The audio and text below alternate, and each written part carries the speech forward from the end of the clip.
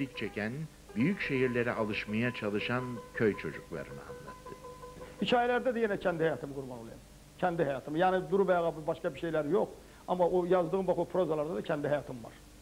Kendi hayatımın içerisinde tabii ki bu insanı narahat eden, insanlığı narahat eden detaylardı. Tevfik abide hiç vakit poz vermek yok. Nasılsa öyle. Ve onun yazısında da onun insani kimliği, o kişiselliği tam görünür. Hiç gizletmez kendisini. O görünür, o səmimiliyi insanlara sevdirir. Doğrudan da elə daxı, hər hansı bir şairi, nasiri və yaxud da qazetəçini insanlar o yazılanları niyə sevirlər, əgər sevirlərsə? Onun səmimiliyinə görə, insani hissləri yaza bildiyinə görə, mənim, sənin, bir başqasının düşündüklərini ifadə eləyə bilirlərsə və Tevfik abinin ən böyük uğuru odur. Və sonradan biz başladıq belə, haradasa çox belə yaxın dostluq münasibətlərimiz yarandı və mən özümə yaxın bildiyim 2-3 kişi varsa, 2-3 insan varsa, onlardan biri də Tevfik abidir. Sadəcə bir fəhlə ya bir kərpici qoyan çəkilib bir kənara, sadəcə bir təvazökarlıqla və ədəbiyyata böyük sevgi ilə bu işini görür və görməkdədir.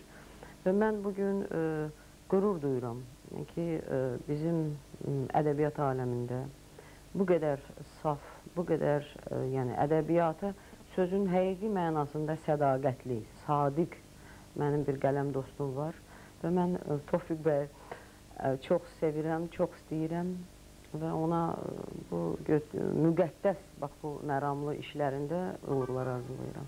Tevfik Abdin, Türk edebiyatından seçtiği şiirleri Azerbaycan Türkçesine uygulayarak Esrar Dede'den Orhan Aras'a dek adıyla yayınladı. Allah eğer bana izin verirse yaşamak ve bir de yaşamak. Yani tabii yaşamağın içerisinde ne gelir? Yaşamağın içerisinde benim yaratıcılığım gelir. Yani gücüm dahilinde, imkanım dahilinde, istedadımın içerisinde yazılarımı yazmak. Tamam, başka da bir şey istemiyorum. Tevfik Abdin, gazeteci, yazar, şair, hikayeci. 10 kitap, yüzlerce makalenin yazarı. Ayrıca yayınlanmamış ve yayınlanmış birçok şiiri bulunuyor. O şimdi 66 yaşında. Yaşamak ve yazmak istiyor.